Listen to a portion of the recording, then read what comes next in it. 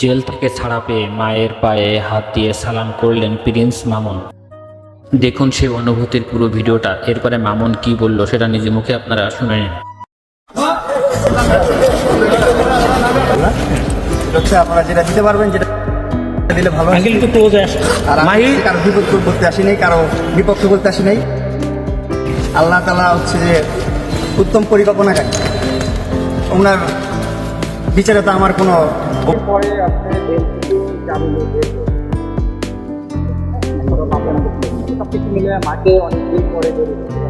আমার লাইফের best ever feelings, যেটা হচ্ছে যে আমি বলে প্রকাশ করতে পারবো না, এত ভালো লাগতেছে। আর মনে হচ্ছে যে এতদিন আমি মায়ের গর্বে ছিলাম, যেখানে হচ্ছে মায়ের গর্বের মতন, ওইখানে বাইরে কি হচ্ছে না হচ্ছে কোনো কিছু আমি খোঁজ খবর পাচ্ছিলাম না ওরকমভাবে, কিন্তু ভালো ছিলাম, অনেক ডিসিপ্লিন অনেক ভালো। যেখানটা আমি যেটা মনে করি ওটা সাঁতার যাওয়ার জায়গা না, ওই জায়গাটা হচ্ছে মানুষকে পরিবর্তন করার জায়গা।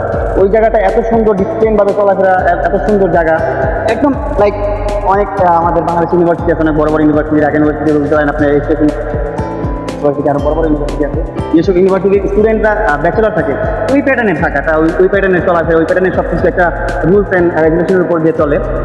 তো সব কিছু আবার ভালো ছিল, ভালো লাগছে। এই যেখান থেকে বের হওয়ার পর মনে হলো যে আমি মার গর্ভ থেকে বের হলাম, পৃথিবীতে আসলাম, সব কিছু নতুন লাগতেছে, সব কিছু সুন্দর লাগতেছে। এই মানে কখনো চিন্তা ভাবনা করি না এই প্রকৃতি এত সুন্দরভাবে দেখবো, মানে আমরা কখনো ফিল করি না, কিন্তু আমরা কিন্তু সবসময় প্রকৃতি দেখি। কখনো আকাশের দিকে তাকায়, আমি মাঝে মাঝে যখন জেলে ছিলাম তখন আমি আকাশের দিকে তাকায় আকাশটাকে ফিল করতাম।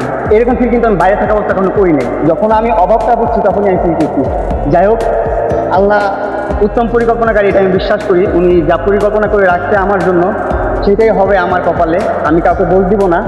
আমি হচ্ছে যুদ্ধে গোসল করে আমি আমার নতুন জীবন শুরু করতে চাই, নতুনভাবে আমি নিজে গড়তে চাই। আমি আপনাদের দোয়া চাই, আপনাদের কাছ থেকে দোয়া ছাড়া আমার কিছু চাওয়ার নাই। আমি আপনাদের কাছে ধ্বংস করতে চাই না, আপনি দোয়াই চাই। আর আমার বাবা মার দোয়া তো আমার সাথে আছি, আপনারা আমার দোয়া করবেন।